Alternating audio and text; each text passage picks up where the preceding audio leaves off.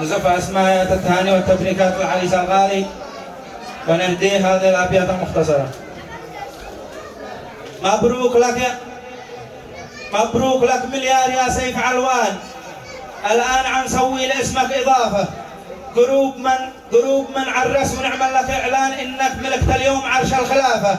اضرب 100 اسكود و2000 بركان، ولا تبين للعروسة مخافة. الحرب مثل اللعب في كل ميدان، ما يكسب إلا من يجيد الحرافة.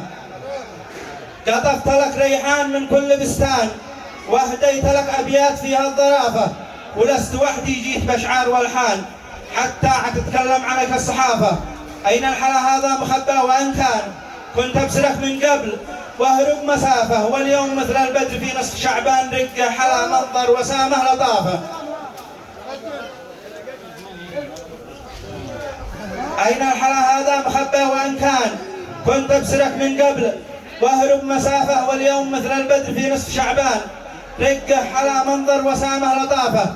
لو زوجه سامي معه قبل عامان، إنه قد تعين وزير الثقافة.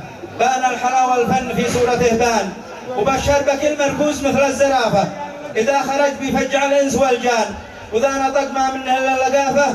إما أعلن الخطبة أو تزوج الآن، ولا في شقلناه عام النظافة.